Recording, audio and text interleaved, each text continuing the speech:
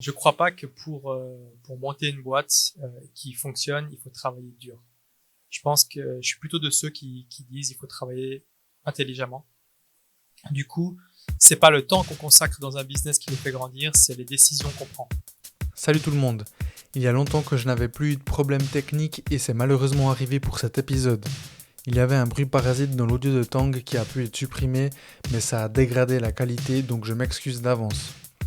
Dans cette partie 1, on a abordé plusieurs thèmes comme l'histoire et le développement de Swiss Rock Group, ses différentes fonctions, la culture d'entreprise et bien d'autres points.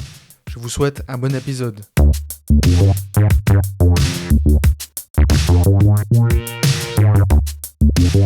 Salut Tang.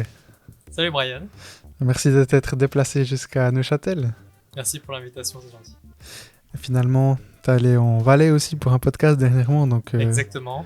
Donc je fais Neuchâtel maintenant. t'enchaînes les différents cantons. Exactement. Et d'ailleurs, on en parlait en off. Est-ce que tu peux raconter pourquoi tu souhaites ou tu veux faire un podcast par mois? J'ai toujours été quelqu'un qui apprenait par l'action.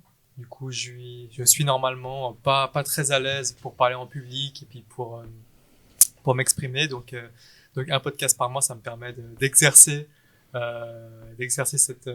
cette compétence. Et puis voilà pourquoi j'ai le plaisir à commencer à faire un podcast par mois pour agrémenter les réseaux et en même temps pratiquer un petit peu les échanges en live. En tout cas, merci d'avoir accepté. Hein. C'est vraiment un plaisir. Moi, je t'ai connu ou je t'ai vu la première fois sur LinkedIn, plateforme où tu es très présent, et on en parlera justement un peu plus tard. Mais donc, cette partie-là de finalement apprendre par l'action, tu as toujours été comme ça? Tout à fait. Depuis tout petit déjà, j'ai jamais été quelqu'un qui était très orienté théorie et études. Malgré que j'ai eu mes diplômes, que j'ai fait l'université et un master, j'ai toujours été vraiment très drivé par l'action. Et du coup, c'est naturellement que je me suis mis à l'entrepreneuriat. Ok. Avant qu'on continue, on va quand même te présenter pour les gens qui ne te connaîtraient pas. Et d'habitude, je présente moi la personne, mais j'aimerais un peu changer la façon de débuter, parce que en écoutant d'autres podcasts, j'entends quand les personnes se présentent elles-mêmes on va entendre d'autres choses, et donc je trouve aussi intéressant. Donc Tang, qui es-tu? Alors, je m'appelle Tanguy Nguyen, j'ai 40 ans, né à Genève. Mes parents sont vietnamiens. J'ai fait toutes mes études à Genève et puis bah voilà, je suis suisse dans l'âme. Euh, et du coup, bon, mon parcours a été, je dirais, assez varié. J'ai d'abord eu mon diplôme HEC en gestion d'entreprise à Genève. Ensuite, j'ai évolué dans le monde de la finance où j'ai été trader pendant 10 ans. J'ai fait tout type de produits, actions suisses, actions US, métaux précieux. Et en parallèle de mon travail, j'ai toujours été très entrepreneur. Donc j'ai monté plusieurs sociétés, j'ai monté des écoles de danse, d'arts martiaux. J'ai également monté des plateformes réseaux sociaux qui mettaient en relation des artistes et des organisateurs d'événements, des plateformes de courtage. Euh, Certains avec succès, certains où ça n'a rien donné du tout. Et ma dernière, je dirais, euh, mon dernier side business était dans l'immobilier. Je faisais du développement immobilier pour moi-même lorsque j'étais trader métaux précieux euh, euh, en 2012-2013. Et j'ai commencé à développer voilà, un terrain avec deux maisons que j'ai surélevées, rénovées. Et je construisais une troisième maison individuelle. J'ai commencé en fait à développer naturellement mes compétences dans l'immobilier par passion et par découverte. J'ai fait moi-même la direction de travaux. J'ai moi-même fait l'approvisionnement des matériaux. Je suis moi-même allé dans les magasins pour pouvoir acheter ces matériaux et comprendre comment fonctionnaient les isolants, les différentes qualités des matériaux, pour quel prix. Et, euh, et en fin 2013, j'avais un stagiaire qui est arrivé dans la société dans laquelle je travaillais. J'étais trader d'or. Et ce stagiaire, ça deviendra mon futur associé, Cyril Ah, c'est beau. Debavier. On a Belle histoire. échangé, voilà, on a échangé beaucoup parce qu'on avait du temps. J'étais en night shift et du coup, on avait du temps à passer ensemble. Lui, il voulait monter un business euh, qui était plutôt une application dans le foot. Et moi, vu que j'avais l'expérience du réseau social, ben, on a échangé là-dessus sur voilà mon expérience, les conseils ou ce que je lui recommandais pour démarrer, etc. Et petit à petit, on s'est bien entendu au niveau énergie, entrepreneuriat, et je lui ai dit, mais écoute, euh, t'es, tu fais un petit peu d'immobilier. Il faisait à ce moment-là du courtage immobilier, mais il démarrait. Il terminait ses études également, et puis moi, j'avais mon petit développement immobilier, et on a commencé à échanger, et puis on s'est dit au bout de je crois, 3 mois à échanger tous les soirs presque, pourquoi est-ce qu'on montrait pas une société de rénovation dans l'immobilier? Moi, je sais comment faire de la direction de travaux. On pourrait très rapidement avoir des projets avec son réseau. Et naturellement, on a monté Swiss Rock en fin 2013. Et de fil en aiguille, ça s'est développé très vite. Donc on a eu on faisait d'abord des rénovations de salles de bain. Ensuite, on posait des cuisines, mais tout en sous-traitance. Et petit à petit, voilà, on a gagné la confiance de certains clients, dont un de nos clients qui était Xavier Canonica, qui était notre meilleur client et qui deviendra 1 an plus tard notre associé. Mais voilà, il nous donnait de plus en plus de projets. Il était satisfait de, de, de la réalisation et de la qualité. Et du coup, au bout d'1 an, on a dit à Xavier, on sait que tu veux monter ta boîte également, pourquoi tu nous rejoins pas? Et puis voilà, le trio a vraiment démarré, voilà, en 2014. On a, on a appris vraiment sur le tas parce que ni Cyril, ni moi, enfin Xavier un petit peu était passionné d'immobilier, mais il n'avait pas fait ses études dans l'immobilier. Il est ni ingénieur ni architecte. Mais on a vraiment appris de fil en aiguille à comment manager et développer ce business de rénovation. Et en 2015, on a eu des opportunités de pouvoir construire des parkings souterrains ou des maisons et du coup faire le pas à l'entreprise générale est devenu assez naturel et assez opportunistique. Donc on a ouvert l'entreprise générale en 2015 et on a commencé voilà, à développer l'activité, à embaucher des directeurs de travaux, des chefs de projet. Ça a commencé à grandir. On a gagné en compétences avec les collaborateurs qu'on engageait. Et, euh, et de fil en aiguille, pour la faire assez rapidement, pour te laisser me poser aussi plus de questions après, Non, non, non, parce que non, pas de sinon je peux problème. continuer comme ça Ok. 1 heure. On a développé, on a verticalisé en fait la chaîne de valeur parce qu'on a vu que plus on remontait cette chaîne de valeur, plus on avait de pouvoir de décision et plus on pouvait euh, gagner en valeur ajoutée. Donc du coup, on est passé de entreprise de rénovation à entreprise générale à société de développement immobilier. On faisait du courtage également, de biens de rendement, et on a également fait du courtage de biens en vente sur plan, et puis de biens en ancien. Ensuite, on a également monté un pôle architecture, et finalement, il y a 1 an et demi, on a monté Swiss Rock Asset Management, un fonds immobilier, enfin un véhicule immobilier de biens industriels, voilà, où on fait l'asset management. Mais donc qu'est-ce que, parce que t'as quand même voulu dire un fonds immobilier.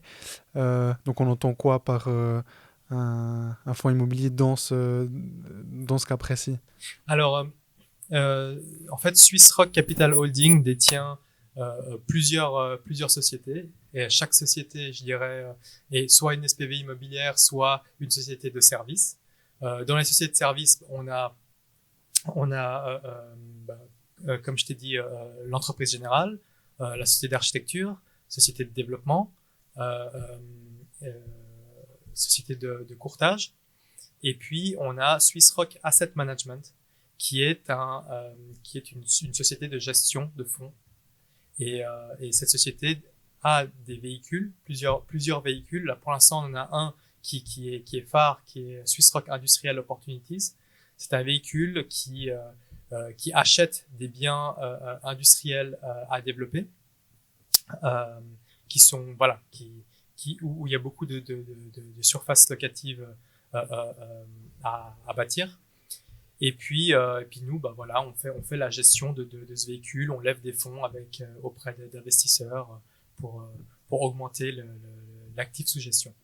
Ok, mais c'est pas que Madame et Monsieur tout le monde peuvent acheter quelques actions dans ce fonds, ou bien? Non, c'est à partir de 5 millions. Ok, Donc, il y a quand même une barrière à voilà. l'entrée. Ok, d'accord. Ok, ouais, ben, alors, donc tu as commencé en t'introduisant et après tu es parti justement sur Swiss Rock. Donc je pense que c'est important de le redire. Et tu as dit que c'était finalement ce side business que tu as commencé en 2012-2013 est devenu petit à petit avec tes cofondateurs, tes associés et ensuite toutes les personnes que vous engagiez, ben, Swiss Rock Group, pardon. Et moi, ce que je trouve assez fou aussi, c'est que finalement, vous êtes passé de 0 à 200 millions, de 0 ou de, disons, 1, 2, 3 personnes, une, 2, 3 personnes à plus de 150, aujourd'hui 170, je crois. Exactement. Et qu'est-ce que, pourquoi tu penses que ça allait si rapidement? Parce que c'est quand même assez rapide. C'est, c'est quand même assez rapide, oui. Euh, je pense que on a été assez ingénieux dans la manière dont on a monté l'activité. On a aussi eu, on a aussi gardé des valeurs qui étaient très fortes, je pense, qui ont pu asseoir une réputation et une image sur le marché et qui ont fait qu'on a eu beaucoup de récurrence de nos clients. On a eu beaucoup de retours positifs en termes de réputation, que ce soit de la part de nos collaborateurs, mais également bah, voilà, de nos clients qui sont passés par nos services. Ça, je pense que ça a beaucoup aidé à l'accélération, mais également la montée en intégration de la chaîne de valeur. Ça a vraiment accéléré le business. On s'est toujours, euh, je dirais, on a toujours voulu que chaque entité soit autoportante et autonome, ce qu'on a réussi à faire. Et on a eu une accélération en fin 2018 quand la famille Schneider a décidé de rejoindre l'actionnariat. On avait besoin à ce moment-là je dirais, de levier financier pour pouvoir acquérir des terrains et pouvoir accélérer le pôle développement immobilier. Et quand ils nous ont rejoints, ben, on a fait deux choses. On a fait l'acquisition d'une grosse entreprise générale, Estia, qui avait en fait que des gros projets dans lesquels normalement on ne répondait pas. Donc ça nous a donné un historique et une expertise et on a acheté quand même pour 300 millions de chiffre d'affaires futurs. Et deuxièmement, on a également bah voilà, développé toute la partie développement immobilier où on a pu prendre des positions foncières fermes et porter les terrains sur 2-3 ans le temps de les développer. Et ces développements-là ont rapporté également pour toutes les entreprises du travail. Donc on a eu cette accélération en fin 2018. Et une autre accélération, je dirais, a été en 2020, enfin 2019-2020 à la période Covid, où on a vu qu'on avait une culture assez agile. Je pense que ça a fait mouche sur le marché parce que quand bah, le marché s'est gelé à cause du Covid, on est resté assez dynamique sur le marché. Et on a eu justement à ce moment-là, il y avait une grosse euh, perturbation en termes de culture, de mindset. Les personnes sur le marché ne savaient plus qu'est-ce qu'elle voulait faire. Il y avait toute la remise en question du Covid qui est arrivée. Et c'est pendant cette période-là que j'ai commencé justement à communiquer sur LinkedIn. C'était difficile pour moi de pouvoir fédérer une culture à distance. Et du coup, je me suis dit, bon, bah, LinkedIn, pourquoi pas? Ça nous permet d'asseoir nos valeurs, de parler de manière indirecte à tous mes collaborateurs. Et au bout de plus d'une année de LinkedIn, bah, je trouve que ça a bien marché. Là, on a multiplié par 10 le nombre de CV qu'on recevait par mois. Les gens qui nous rejoignaient étaient déjà filtrés, adhéraient à nos valeurs. Et ça a vraiment accéléré la partie recrutement et culture d'entreprise. Sachant qu'au début, bah voilà, je passais beaucoup par des chasseurs de tête, je passais beaucoup par les plateformes, JobUp, etc. Et c'est vrai que depuis qu'on a vraiment travaillé sur la culture, les valeurs, la communication interne et la communication externe à travers LinkedIn, ça a boomé. Dans un marché qui est pénurique en talent, et c'est le gros challenge en fait de l'industrie de la construction. Bon, on a pu se démarquer et puis on a attiré des personnes qui aujourd'hui, bah voilà, on est extrêmement content de la culture en interne. Il y a très très peu de turnover. Je crois qu'on a moins de 4% de turnover. Et chaque mois, bah, je fais un onboarding d'une dizaine de personnes tous les mois depuis 6 mois. Là. Ouais, ok. Bah, en tout cas, je pense que dans ce sens-là, vous êtes un exemple à suivre parce que finalement, la pénurie des talents, des gens en général, elle est, en tout cas, moi, je la vois chez nous, mais je la vois aussi dans un peu tous les secteurs. En tout cas, avec les personnes que je parle et qui sont dans différents secteurs d'activité, aujourd'hui, c'est compliqué et on parle tu sais, aux États-Unis, de Great Resignation. En français, ça fait quoi? La grande, le grand départ, quelque chose comme ça. Donc, où t'as vraiment les gens deviennent sélectifs aussi et ils partent, je vais pas dire pour un rien, mais aujourd'hui, c'est beaucoup plus facile de partir de l'entreprise où on est qu'il y a, je sais pas, 10 ans, 20 ans. Parce que Complètement. tu trouves facilement. Et puis, donc je pense que c'est intéressant de voir ce que vous faites. Et dans ce que tu as dit, il y a pas mal de points que je trouve intéressants. Donc le premier, j'aimerais revenir sur donc, votre développement par acquisition. Mhm. Donc il y a eu une croissance organique. Exactement. Il y a eu une croissance organique et une croissance externe. La croissance externe était par l'acquisition d'une entreprise générale qui avait des projets qui étaient plus gros que nous, c'est-à-dire Mhm, Estia, mhm, en fin 2018. On l'a fait pour deux raisons. Pour pouvoir asseoir notre réputation sur le marché, comme quoi on était capable de prendre des projets qui étaient beaucoup plus gros que ceux qu'on avait en moyenne. Parce qu'avant, Suisse Reconstruction faisait uniquement des villas individuelles ou mitoyennes ou des petits immeubles de 10 logements. Alors que Estia, bah voilà, il y avait des projets à 50, 100, 130 millions dans le portefeuille avec une équipe qui avait l'habitude de faire du gros projet. Donc c'était intéressant pour nous d'acquérir cette expertise. T'as dit STIA, c'était 2018 environ. Oui, oui. Et puis, donc, avant cette acquisition, On vous n'a fait étiez. aucune acquisition externe entre-temps. Ok. Et vous êtes arrivé à. Alors, on était 60-70 personnes à ce moment-là. Et l'acquisition d'Estia nous a augmenté de 20 personnes à peu près, 20-30 personnes. Et c'était très, très enrichissant en termes d'apprentissage parce qu'on n'avait pas du tout la même culture que l'entreprise qu'on avait acquise et pas du tout les mêmes procédures.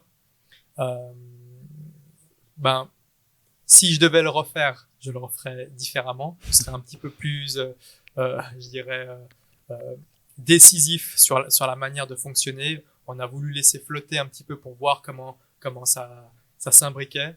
Ça s'imbrique pas si on laisse flotter. Donc ça nous a beaucoup appris. Également sur la partie process méthodologie, bah en fait on se sous-estimait. parce que ce qu'on a remarqué, c'est que quand on a commencé à faire l'intégration, c'est que finalement, notre process était top, même si on faisait des plus petits projets. Notre culture était top, même si on faisait pas tout comme il faut.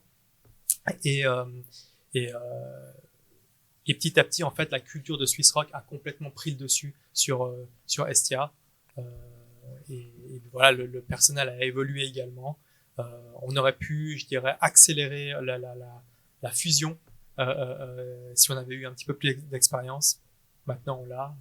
Mais on a quand même gagné, je pense, pas mal de parts de marché ainsi. On s'est crédibilisé sur le marché. Et aujourd'hui, depuis, euh, depuis qu'on a acquis Estia, on a gagné de plus en plus d'appels d'offres, de projets qui étaient de plus en plus gros. Donc ça prouve que la stratégie quand même d'image sur le marché a fonctionné. Et Estia, qui ne s'appelle plus Estia aujourd'hui, ou toujours Alors, Estia? Estia et Swissrock ont fusionné récemment, il y a 6 mois, Ah, d'accord. Ok. pour devenir uniquement Swissrock Construction. Ok. On a volontairement laissé les deux marques pendant une période. Et quand on a vu que la marque Swissrock Construction avait une assise qui était confirmée sur le marché pour répondre à des gros projets, on a dit ça fait pas sens de garder les deux marques et on a tout transformé en Swissrock Construction. Et comment est-ce que tu évalues justement la notoriété? Je pense que c'est très euh, comment dire on peut pas vraiment l'évaluer de manière statistique, Mhm. mais c'est vrai que quand on va défendre une offre sur le marché et puis les, les, les maîtres d'ouvrage en face ils disent ah mais qui va le réaliser, c'est Swissrock ou c'est Estia? Et du moment où ils nous posent plus cette question et qu'ils savent que Swissrock c'est Estia Mhm. et que c'est la même chose, du coup là on se dit bon ça fait plus de sens de le garder. Ok. Et donc Sweetrock était uniquement à Genève. Donc à cette période-là, 2018, Estia, elle est basée où? C'était aussi à Genève. Aussi à Genève, ok. Voilà. Et aujourd'hui, en termes de succursale ou filiale, j'ai vu qu'il y avait une filiale en Pologne, c'est juste? Tout à fait. Oui. On a ouvert en 2018. Également, c'était un petit peu l'année où on s'est lâché. Grosse année. Exactement. Euh, euh, on, on a toujours, on a toujours essayé de comprendre quels étaient les gros goulots d'étranglement du secteur. Donc, de la construction d'abord et en 2021 de la partie investissement immobilier qui est une autre grosse thématique. Mais pour la partie construction, on savait que la pré-construction est la clé, en fait, le goulot d'étranglement du marché. Le fait de pas suffisamment se préparer en amont lorsqu'on démarre un projet, c'est là où tous les problèmes arrivent par la suite en exécution. Donc du coup, avoir dans le groupe le service architecture était clé. Euh, Nous, on recevait des affaires en entreprise générale, mais on avait besoin de faire des plans d'exécution. Et si les plans de conception étaient mal faits ou les permis étaient mal déposés, en exécution, c'est la catastrophe. On est en train de corriger, de faire des déposes de permis complémentaires, etc. Mais au moins, on avait ce chiffre d'affaires-là qui était possible d'insourcer, je dirais. Parce que voilà, quand on reçoit une offre projet, normalement on fait la direction de travaux, on a que des sous-traitants et des mandataires qui sont externes. Mais si on a suffisamment de chiffre d'affaires pour la partie mandataire architecture, c'est ce qu'on avait à l'époque. On s'est dit pourquoi on prendrait pas un, deux, trois architectes d'exécution en interne, comme ça on peut vraiment contrôler le risque des plans d'exécution et puis avoir une meilleure expertise là-dessus. Donc on a démarré comme ça et on s'est rendu compte qu'on avait une limitation parce que en fait nos architectes en interne travaillaient que sur des urgences, les plans qui étaient déposés étaient mal déposés, donc du coup ils étaient complètement sous l'eau, ils n'arrivaient pas à innover parce qu'ils n'avaient pas le temps d'innover et en termes de marge, ça nous coûtait moins cher d'outsourcer à des architectes qui étaient déjà processés en externe plutôt qu'en interne tout recommencer de la méthodologie, les formations, les méthodes, etc. Ça nous faisait perdre beaucoup de temps et d'efficience. surtout quand la personne est à côté de vous, bah, vous faites que de la déranger, etc. Ouais. Et du coup, on s'est dit, non, mais pourquoi est-ce qu'on n'outsourcerait pas une partie de ce travail-là à l'étranger? On est dans un monde qui est mondialisé. Il y a des compétences et des talents qui sont partout dans le monde. Pourquoi est-ce qu'on le ferait pas ailleurs? Et à ce moment-là, bah, on a décidé d'ouvrir, bah, on a screené les différentes villes. Alors, on s'est dit, bon, bah voilà, en Pologne, il y a Varsovie, qui est en fait assez international parce que justement, il y a de l'outsourcing pour les UK, pour le Danemark, pour la Suède, en termes d'architecture et de BIM, Building Information Modeling. Et en plus, ils ont le même fuseau horaire que nous. Donc, allons là-bas et ouvrons une antenne là-bas. Donc, on a commencé comme ça. On s'est battu bec et ongle pour pouvoir mettre en place cette structure. Aujourd'hui, on est très content. Il y a une quinzaine de personnes qui travaillent là-bas. Elle est en forte croissance. Et puis bah voilà, composé d'architectes, d'ingénieurs, de BIM managers, de modélisateurs 3D. Et c'est vrai que on a fait longtemps pour trouver un process qui fonctionne, mais aujourd'hui on arrive à l'efficience et on arrive en plus à faire beaucoup de recherche et développement et à beaucoup mieux travailler cette partie pré-construction qui aujourd'hui le marché n'a pas les moyens vraiment de le faire. Ok, c'est intéressant. Juste, t'as mentionné le insourcing. Mm-hmm. Je sais pas si j'avais déjà entendu ce terme, donc antonyme de outsourcing. Ah ouais. Et donc pour revenir un petit peu au début de Swiss Rock, donc tu as dit, parce que ça peut-être que tu l'as pas mentionné, moi étant donné que j'ai fait quelques recherches et que j'ai écouté justement ce dernier podcast que tu as fait en Valais, jusqu'à que tu arrives à la création ou la co-création de Swiss Rock, tu as toujours travaillé à 100%. Oui. Et les business que tu lançais, tu les lançais à côté, la Oui. nuit, le week-end ou autre. Exactement. Et donc moi, une question que je me posais, c'est pourquoi le monde de l'immobilier? Parce que tu as dit, tu as commencé à faire voilà, toi-même, tu étais responsable de projet, tu allais toi-même regarder les matériaux, mais pourquoi le secteur de l'immobilier et pas un autre? Je pense que les entrepreneurs, je dirais de manière générale, sont des personnes qui sont très curieuses. Et du coup, on fonctionne beaucoup par opportunité. Il se trouvait que bah voilà, tout ce qu'on voit est opportunité normalement quand on est entrepreneur. Et c'est justement bah voilà, euh, tous les secteurs peuvent être intéressants en réalité. Tout à fait. Je suis Et, complètement d'accord. Ouais. et du coup, bah c'était un hasard où bah voilà, je me promenais sur le web et je j'avais même pas de capital à cette époque-là parce que j'avais tout investi en bourse. Et puis, Ça s'est avéré bien? pardon? Ça s'est avéré bien? À l'époque, non. Non, ok. Non, c'était pendant la crise de 2008, Ah ouais, ok. tous mes fonds avaient fondu.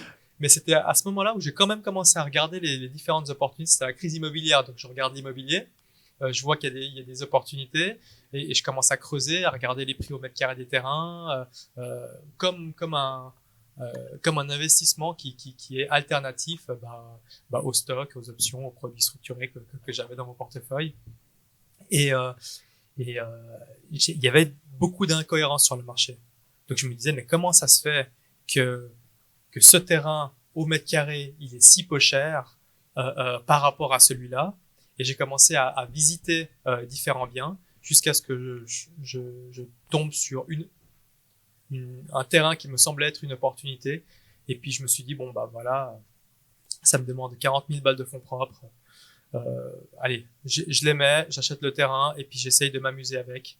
Et je m'étais lancé un défi à cette époque-là. Je me suis dit, je vais essayer de faire la rénovation, la surélévation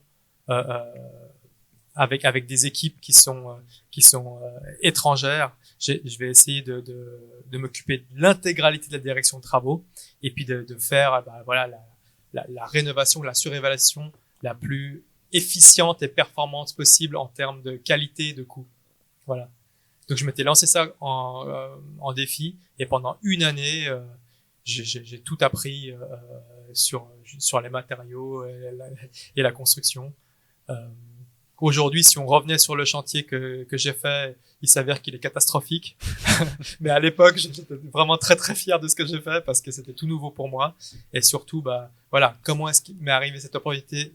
Bah pourquoi l'immobilier? Je dirais c'est un hasard qui est arrivé de manière complètement opportunistique. Ok. Donc à retenir, c'est saisir les opportunités qu'on croise. Mais effectivement, je suis d'accord avec toi quand tu as cette fibre de vouloir créer, de monter des choses. Quand je dis des choses, c'est des entreprises ou des projets comme ça personnels. On voit les opportunités un peu partout.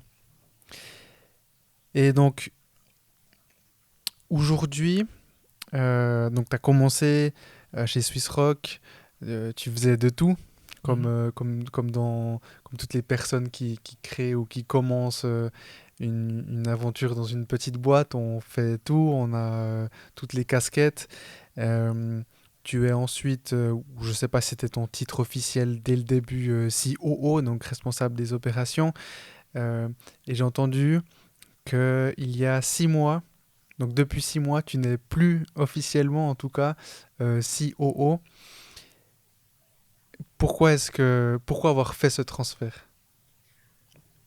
COO, c'était mon troisième titre. Ton troisième, Donc, quels étaient les deux premiers? au début, c'était finance. Euh, non, non. Enfin, ça a été managing partner pendant longtemps. D'accord. Et puis ensuite, après, bah, c'était finance, RH, opération. Et puis après, j'étais plus que RH et opération. Après, j'étais plus qu'opération. Puis après, je suis redevenu managing Ok, partner. d'accord. Petit à petit, ça, je reviens à la source, ce qui est très bien. Et managing partner en français, associé gérant, finalement. Oui, bon, Ouais, exactement. ouais. En fait, je suis pas sûr que c'est utile d'avoir des titres si ce n'est pour clarifier dans un organigramme quel est ton cahier des charges. Euh, donc du coup, c'était plutôt pour laisser les titres et responsabiliser mes directeurs actuels que j'ai commencé à leur donner les titres que j'avais pour me déresponsabiliser moi puis les responsabiliser eux. C'était plutôt dans cette optique-là. En tant que actionnaire actif dans la boîte, on est responsable de tout. En fin de compte, on se responsabilise pour tout. Si on a fait une erreur de recrutement, et ben c'est parce qu'on a mal recruté le recruteur qui était chez nous. Ben voilà, Ouais. on se déresponsabilise pas. Mhm. Mais je dirais cette curiosité entrepreneuriale, je pense que c'est la clé de tout parce que j'ai été passionné par les opérations quand j'ai commencé à m'intéresser vraiment, à mettre en place les process, à regarder les différentes plateformes, les différentes méthodologies, à regarder comment fonctionnaient les différentes boîtes, entreprises générales, développement dans le monde, quels systèmes ils utilisaient. Je me suis passionné par la partie opération, mais également par la partie financière, la partie marketing, euh, euh, la partie IT un peu moins, mais parce que j'avais déjà un petit peu un pied dedans avant, donc il y avait pas grand chose de nouveau. Mais vraiment, tous les départements ont été vraiment une passion pour moi.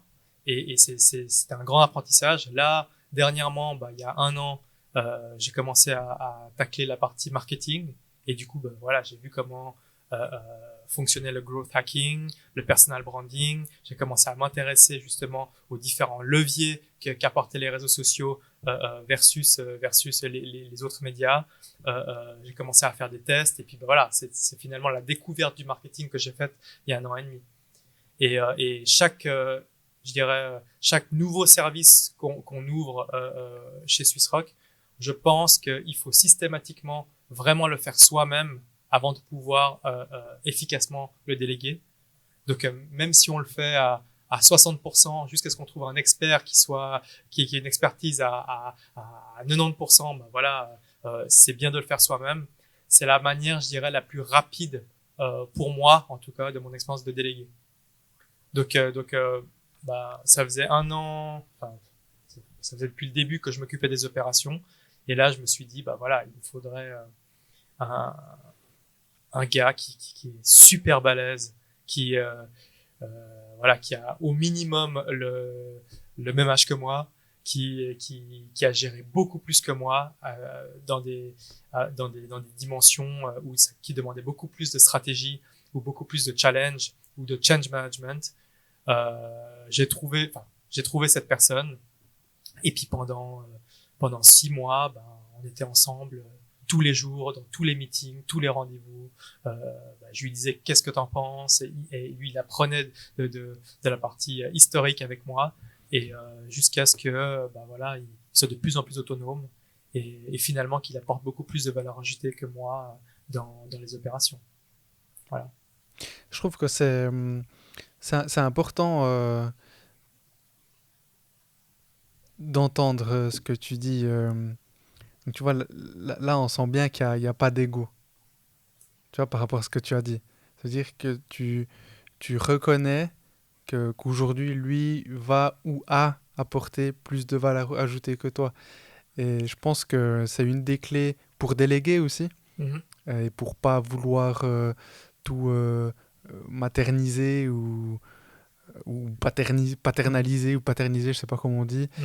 Euh, et ça c'est important à mon avis.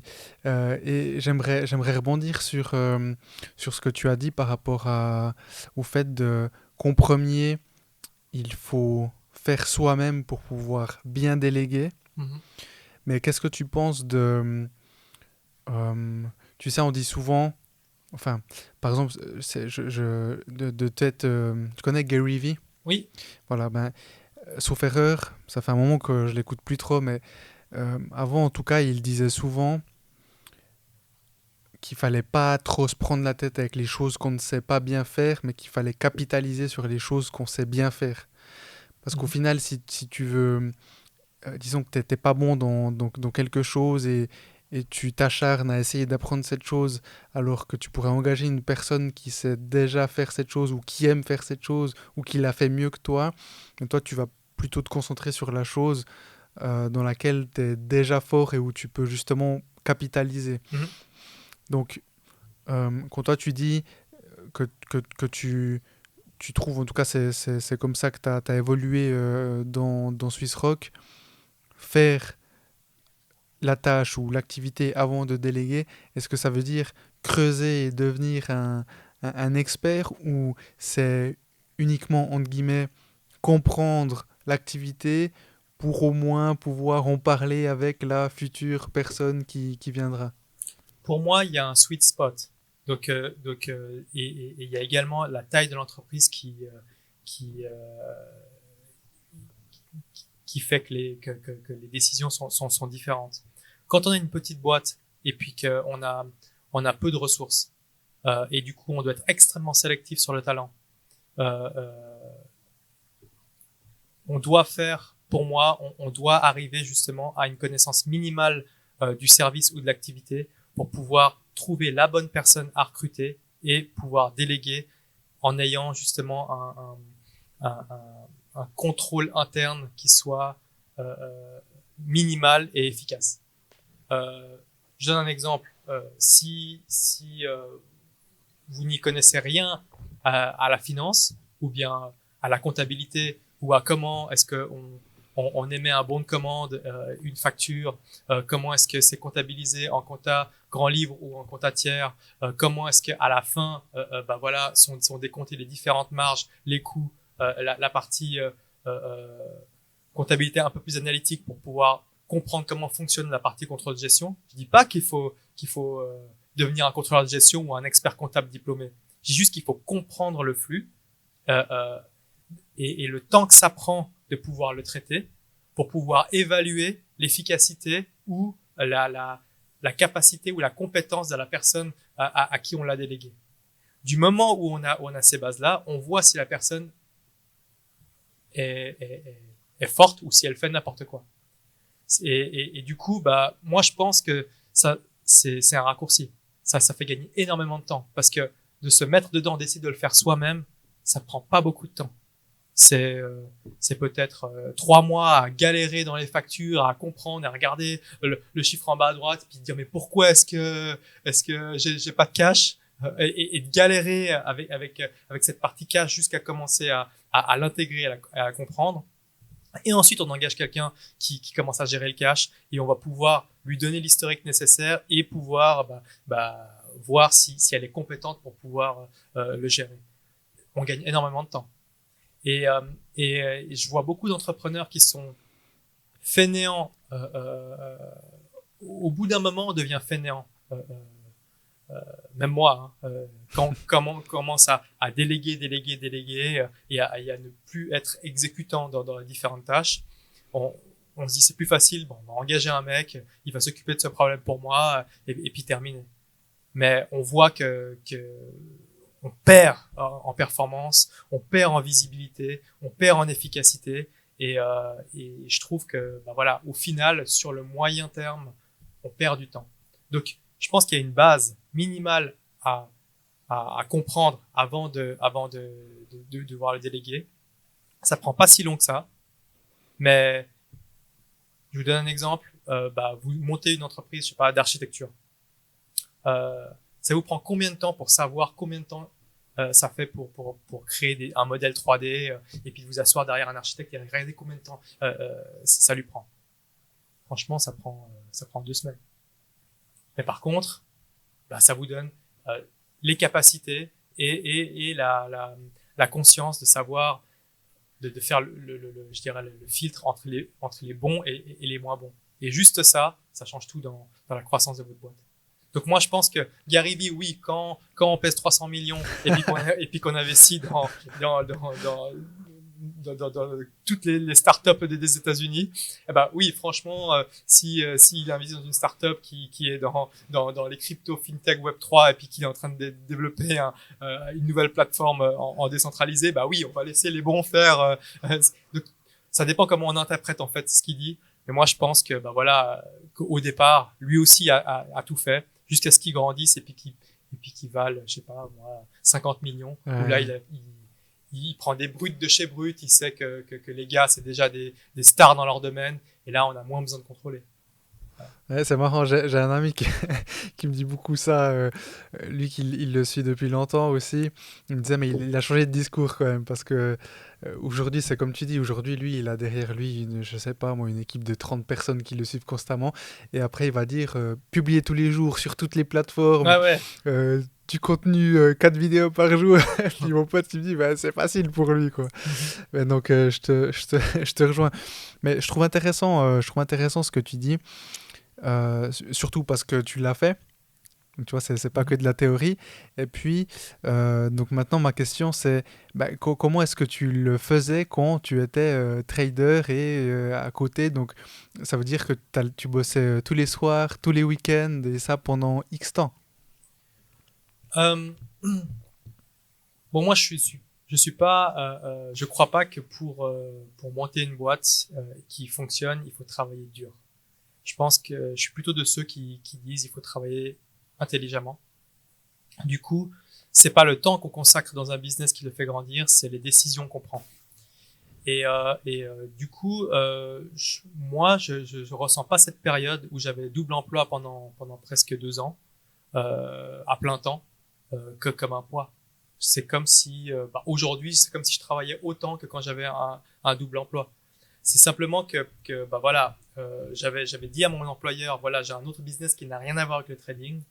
Ça va pas impacter justement mon efficacité et ma performance dans mon travail. Est-ce que tu m'autorises à pouvoir le faire? Il m'a dit oui. Il se trouvait que voilà, pendant mes pauses, pendant voilà, en début de journée ou en fin de journée, et je me faisais quelques devis, boum, j'envoyais, je disais aux clients que je prenais mes rendez-vous ou mes calls pendant ma pause déjeuner, etc. Et puis c'était assez fluide, assez efficace. Donc c'était pas vraiment un poids pour moi en fait. Ok, ok. Et quand est-ce que tu as décidé de partir et de te consacrer à 100% euh, dans Quand, Swiss Rock? alors quand j'ai commencé, enfin déjà j'ai eu 2 salaires en même temps, et quand mon salaire de l'immobilier me payait la même chose que mon salaire de trading, en fait, je me suis dit que le potentiel de croissance et l'investissement en temps, de mon temps, était beaucoup plus judicieux dans le développement de mon entreprise. Donc, quand j'ai vu qu'il y avait vraiment euh, cet impact du fait que je mets plus de temps dans mon entreprise et puis elle va plus se développer, ben, j'ai décidé d'arrêter le trading pour me consacrer à 100% à Swiss Rock. Tu aimais le trading, hein, c'est juste? Oui, j'adore. Je te pose la question parce que est-ce que tu bossais beaucoup pour ton ancien ou dernier employeur? Énormément. Énormément. Parce que en fait, pareil, hein, le trading, c'est peu importe le nombre d'heures que tu bosses, il y a que le résultat qui compte. Mhm. Mais là, du coup, quand tu dois développer des algorithmes, quand tu dois suivre le marché, quand tu dois battre le marché avec justement ta stratégie, ben, tu fais que de renouveler ta stratégie sans cesse. Euh, c'est peut-être un petit peu ça aussi qui m'a essoufflé, qui m'a donné envie d'aller voir quelque chose d'autre, parce que je renouvelais sans cesse ma stratégie, parce que en fait, toutes les 3 semaines, le marché bougeait, il y avait toujours une raison pour pouvoir modifier la stratégie, et du coup, j'avais pas l'impression de bâtir un algorithme ou une stratégie qui se renforce avec le temps. J'avais plutôt l'impression de dire, bon bah, euh, je change complètement je vais à gauche, je vais à droite, je vais à gauche, je vais à droite, non, je reviens à gauche, je reviens à droite, et puis du coup, c'est frustrant de pas sentir qu'on construit quelque chose qui, euh, qui devient de plus en plus solide avec le temps. Et contrairement à l'immobilier, où je suis arrivé dans une industrie où tout allait au ralenti, c'est hyper lent. Bah voilà, s'il y a quelque chose qui est mal fait en rénovation, bah on le refait. Mais au final, bah voilà, l'actif se valorise, ça va lentement. On a le temps de faire 3 autres projets, 4 autres projets en même temps, le temps que ça prenne. Et du coup, j'ai eu le paradoxe. Tout va hyper vite, puis immobilier, tout va hyper lentement. Euh, voilà, donc c'est pour ça que je me suis dit, ça va pas être trop difficile de faire plus d'argent dans l'immobilier que dans le trading. Et voilà, j'ai tenté ma chance. Et ça a porté ses fruits. Ça a porté ses fruits. Et ça continue de porter ses fruits. On a parlé de la culture d'entreprise à un moment, et donc tu as parlé de l'entreprise que vous avez rachetée en 2018, avec ces deux entreprises, ces deux cultures qui étaient là en même temps. Tu as mentionné le fait que finalement tu es entré dans LinkedIn, enfin dans le jeu de LinkedIn, pour fédérer la culture d'entreprise. Comment, quand tu débutes, bon voilà, il y a une culture qui se fait, on va dire, naturellement, parce que tu connais bien les gens, parce que bah, typiquement chez nous, tu vois, on se connaît bien, on connaît, on va dire, la famille des autres, on se parle. Je suis à mon bureau, je crie pour dire un truc, l'autre il me répète, et puis voilà, c'est fluide, c'est rapide, on change facilement, on est, j'ai envie de dire, agile par définition. Comment est-ce que tu gardes une culture euh, au fur et à mesure des phases? Alors en fait, euh, jusqu'à 20 personnes, on est très proche de ses collaborateurs. Donc on a un dynamisme et une agilité qui est assez euh, qui nous permet en fait de communiquer avec tout le monde. Le déclic que j'ai eu, c'est quand je commençais à répéter les choses 3 fois dans la même journée à 3 personnes différentes. Et je me suis dit, mais question bête, hein, par exemple, euh, pourquoi est-ce que tu m'augmentes pas? Et tu dois expliquer au collaborateur, bah voilà, que son salaire est défini par rapport au prix de marché, qu'il y a la performance individuelle, qu'il y a sa valeur sur le marché également, que une entreprise, justement, a des contraintes, etc., etc. Et quand tu le répètes 3 fois, 4 fois, 5 fois, 10 fois dans la semaine, tu te dis, bon, il y a un problème.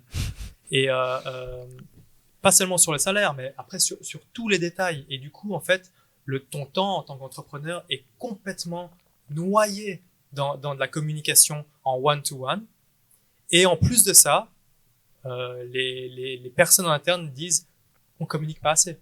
Le management ne communique pas assez. Vous ne nous dites pas où est-ce qu'on va, qu'est-ce qu'on fait, pourquoi vous le faites. Il commence à y avoir des rumeurs ou des ragots sur le fait ah ouais ils sont radins, pas radins, non ils font ça, ils sont complètement cons, ils savent pas où ils vont, etc., etc. Puis tu commences à répéter, à essayer t'as beau donner ta vision 100 fois dans la semaine, les gens bah non. Et parce que peut-être qu'ils te croient pas, peut-être ils pensent que t'as pas des bonnes valeurs, peut-être que voilà, ils ont pas tout le niveau d'information. Donc c'est pas les newsletters qui vont donner ça.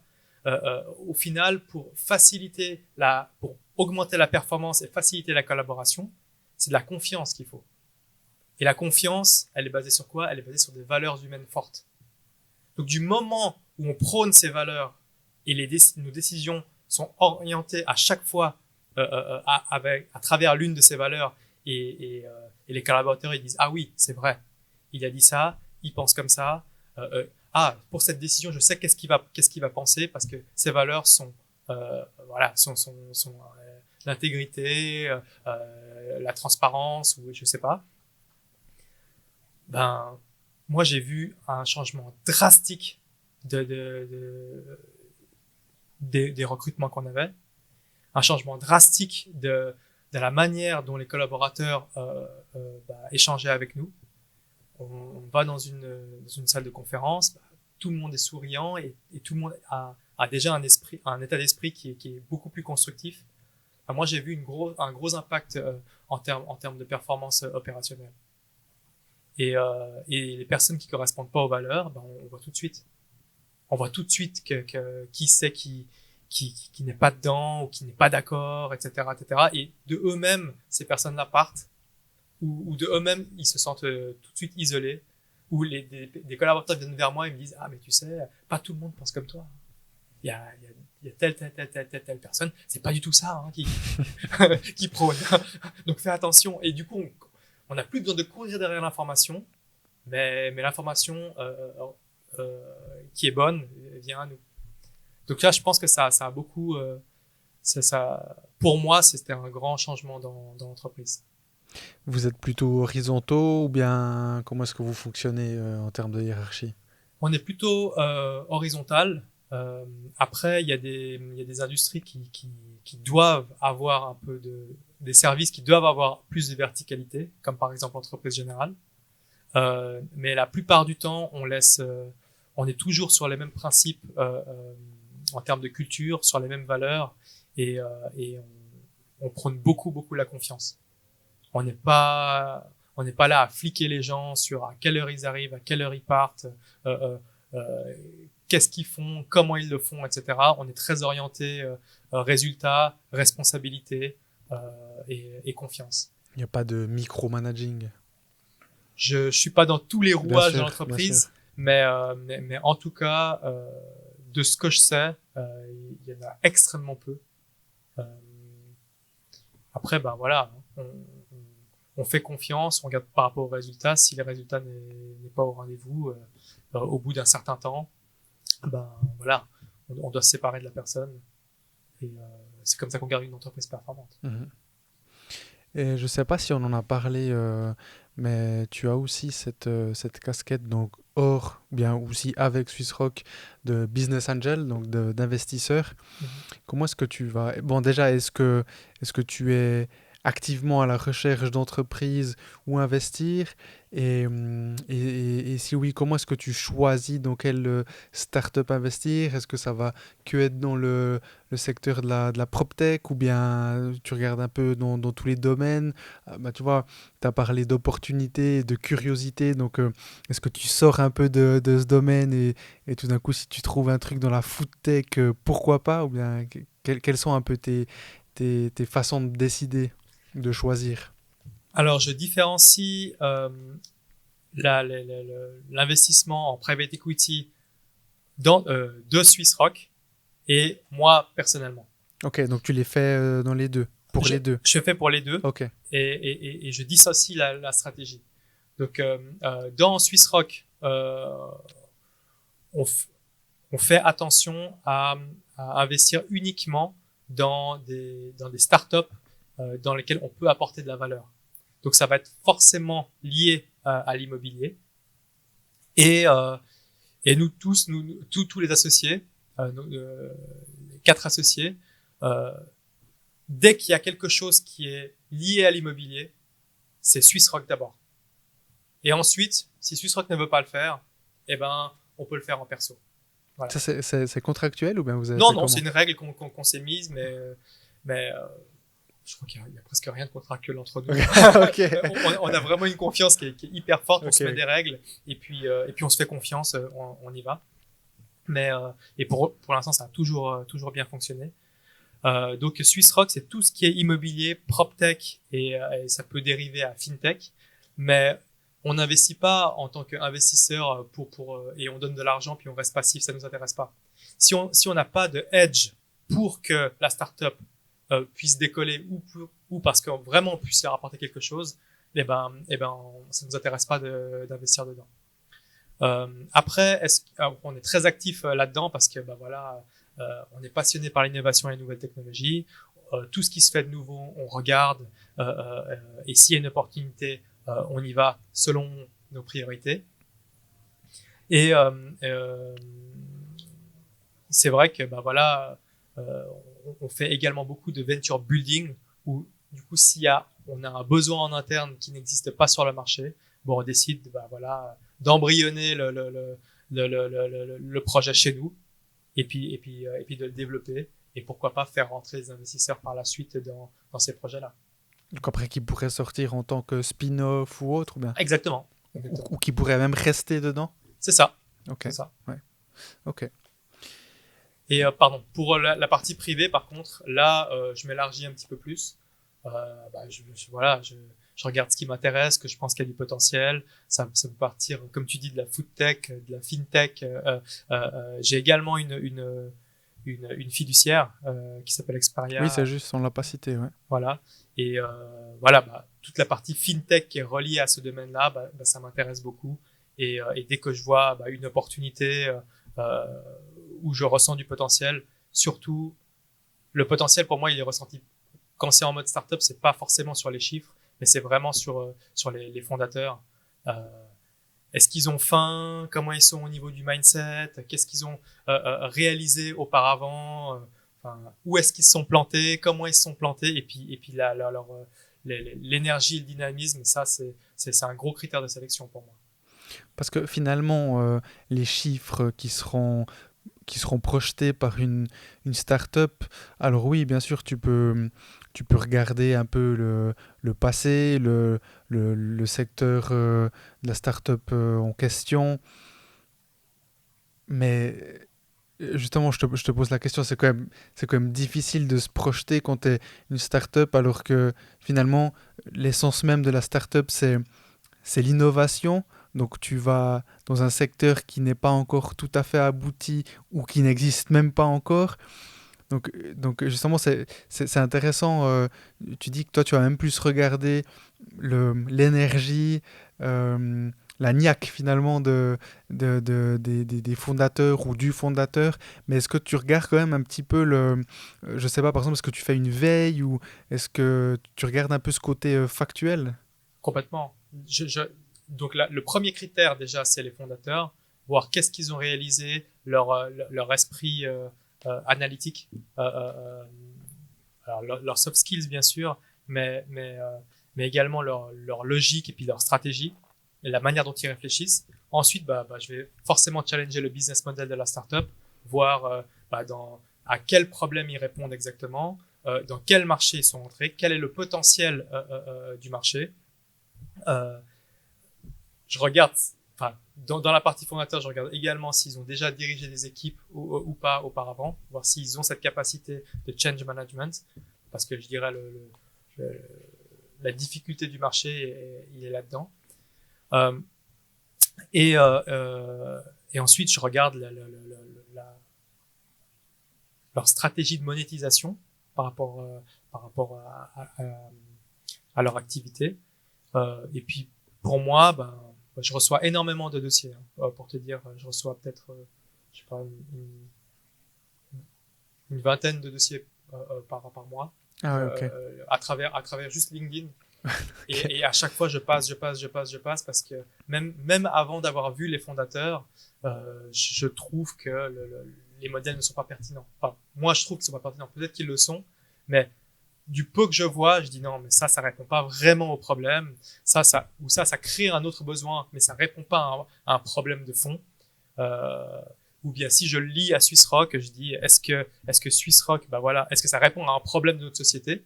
Si oui, alors à quel niveau ça le résout? Et puis combien on est prêt à payer pour ça? Et puis je challenge le modèle de cette manière-là. Et souvent, si je trouve l'entreprise intéressante, je vais m'approcher d'elle et puis je vais lui dire ok, t'as besoin de biens immobiliers pour pouvoir créer tes MVP ou tes POC, ou bien t'as besoin de tant de chiffre d'affaires, je sais pas moi, de plomberie, imaginons que c'est une société de plomberie innovante. Je dis nous on a pour 10 millions de plomberie à dépenser dans les 3 prochaines années. Je te donne 3 millions pour que tu puisses pour que tu puisses décoller. Combien de parts de ta boîte tu me donnes? Voilà. Je vais plutôt fonctionner comme ça et ensuite vraiment l'accompagner au niveau marketing, financier, opération, en lui donnant le réseau qu'il faut pour pouvoir faire en sorte qu'il puisse se développer. Voilà. On est plutôt dans cette optique-là avec Swiss Rock. Ok. Donc à retenir, celui qui a la start-up de plomberie innovante, il peut te contacter. Voilà. Très bien, Tank. Je te propose qu'on passe à la partie 2. Merci d'avoir écouté cet épisode et s'il vous a plu, pour m'aider à continuer, abonnez-vous à Développement avec Brian Oumana sur votre plateforme de podcast préférée et ou sur YouTube et n'oubliez pas de donner votre avis en le notant. Je vous donne rendez-vous le vendredi dans 2 semaines pour la partie 2. Ciao, ciao! We'll be